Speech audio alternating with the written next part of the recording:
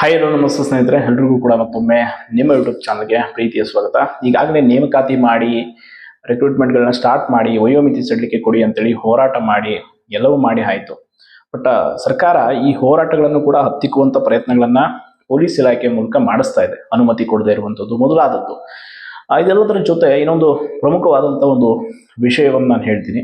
ಇವತ್ತು ಯಾರಾದರೂ ಪತ್ರಿಕೆಯನ್ನು ಓದಿದ್ರಿ ಅಂತಂದರೆ ನಿಮಗೆ ಖಂಡಿತವಾಗಿ ಗೊತ್ತಿರುತ್ತೆ. ಡಿಜಿಟಲ್ ಅರೆಸ್ಟ್ ಇತ್ತೀಚೆಗೆ ಏನೋ ಅಂತಂದರೆ ಒಂದಿಷ್ಟು ಸೈಬರ್ ವಂಚಕರು ಕೆಲವೊಂದಿಷ್ಟು ಖಾತೆಗಳಿಗೆ ಕನ್ನ ಹಾಕಿ ಹ್ಯಾಕ್ ಮಾಡಿ ಹಣವನ್ನು ಲಪ್ಟಾಯಿಸುವಂಥ ಕೆಲಸವನ್ನು ಮಾಡ್ತಾ ಇರ್ತಾರೆ. ಇದ್ರ ಬಗ್ಗೆ ಹರಿಯಾಣದ ಒಬ್ಬ ವೃದ್ಧ ದಂಪತಿ ಒಂದು ಪತ್ರವನ್ನು ಸುಪ್ರೀಂ ಕೋರ್ಟ್ನ ಮುಖ್ಯ ನ್ಯಾಯಮೂರ್ತಿಗಳಾಗಿದ್ದಂಥ ಗವಾಯಿ ಅವರಿಗೆ ಬರೀತಾರೆ.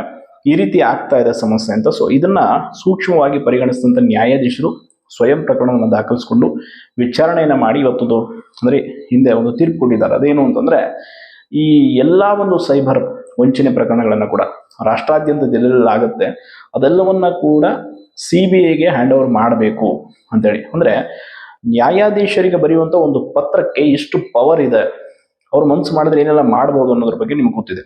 ಯಾರೆಲ್ಲ ಕಾನೂನನ್ನು ಅರ್ಥಕೊಂಡಿದ್ದೀರಾ, ಕಾನೂನಿನ ವಿಚಾರಗಳನ್ನು ಬಲ್ಲವರಾಗಿದ್ದೀರಾ, ನಿಮಗೂ ಕೂಡ ಗೊತ್ತಿರುತ್ತೆ.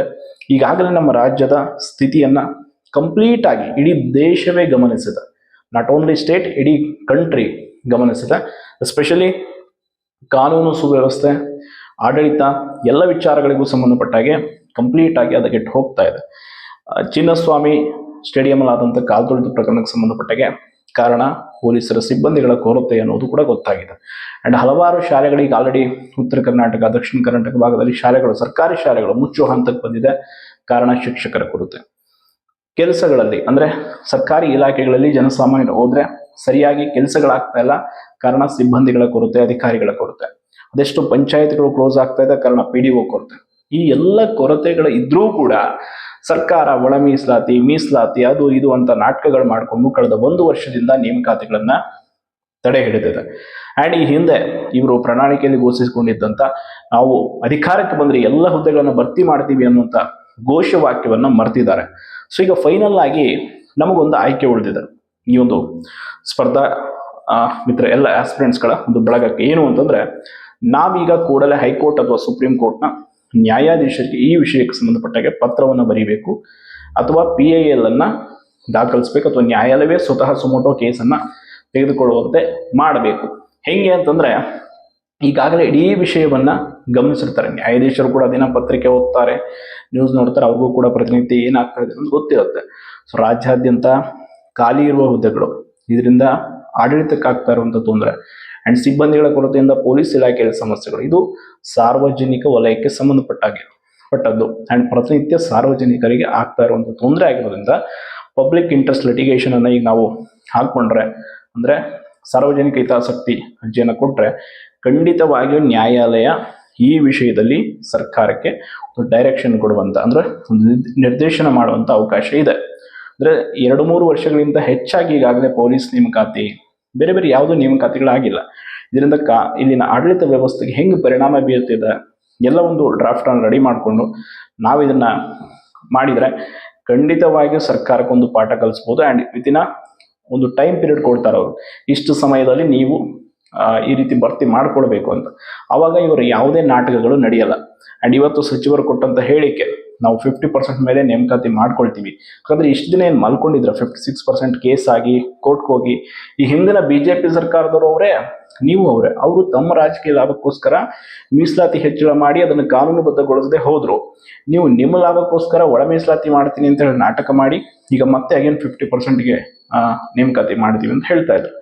ಒಟ್ಟಾರೆ ನೀವಿಬ್ಬರು ಎರಡೂ ಸರ್ಕಾರದವರು ಮಾಡಿರುವಂಥ ತಪ್ಪು ನಿರ್ಣಯಗಳಿಗೆ ಸಮಸ್ಯೆ ಅನುಭವಿಸ್ತಾ ಇರುವಂಥ ರಾಜ್ಯದ ಅಮಾಯಕ, ಬಡ ಮತ್ತು ಪ್ರಾಮಾಣಿಕವಾದಂಥ ಪರೀಕ್ಷೆಗಳಿಗೆ, ಸ್ಪರ್ಧಾತ್ಮಕ ಪರೀಕ್ಷೆಗೆ ಓದ್ತಿರುವಂಥ ಆಸ್ಪಿರೆಂಟ್ಸ್ಗಳು.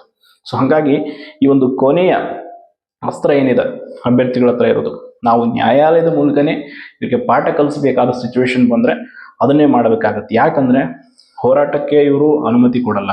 ಹೆಚ್ಚು ಹೋರಾಟಗಳೇನಾದರೂ ಮಾಡೋಕ್ಕೆ ಹೋದರೆ ಅಭ್ಯರ್ಥಿಗಳ ಮೇಲೆ ದೌರ್ಜನ್ಯ, ಕೇಸ್ಗಳು ಅಂತ ಎದುರಿಸ್ತಾರೆ.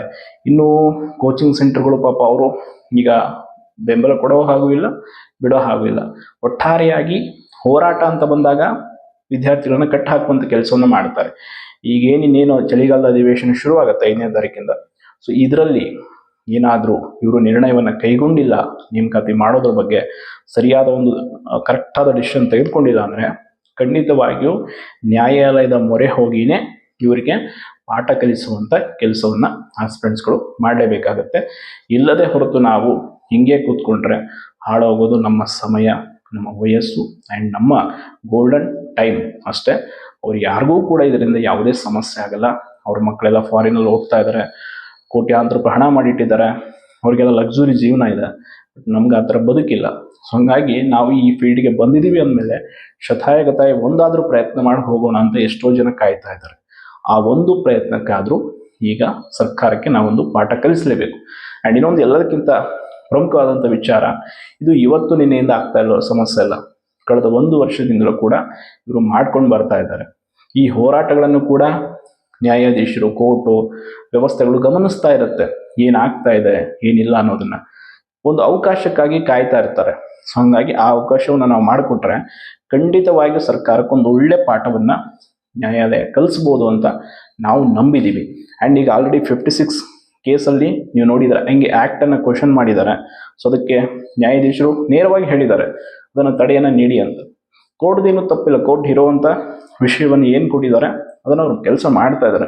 ಬಟ್ ಸರ್ಕಾರದವರು ತಾವೇನು ಮಾಡಬೇಕಾಗಿತ್ತು ಆ ಕೆಲಸವನ್ನು ಕರೆಕ್ಟಾಗಿ ಇಲ್ಲಿ ನಿರ್ವಹಣೆ ಮಾಡಿಲ್ಲ ಅನ್ನುವಂಥದ್ದು ಸ್ಪಷ್ಟವಾಗಿ ಕಂಡು ಬರ್ತಾ ಇದೆ. ಇದೊಂದು ಕೆಲಸ ಈ ಒಂದು ಅಧಿವೇಶನ ಶುರುವಾದ ತಕ್ಷಣ ಇವರೇನಾದರೂ ನಿರ್ಧಾರ ಮಾಡಿಲ್ಲ ಅಂದರೆ ಖಂಡಿತವಾಗಿ ಮಾಡಬೇಕಾಗತ್ತೆ ಅಂತ ಹೇಳ್ತಾ ಧನ್ಯವಾದ.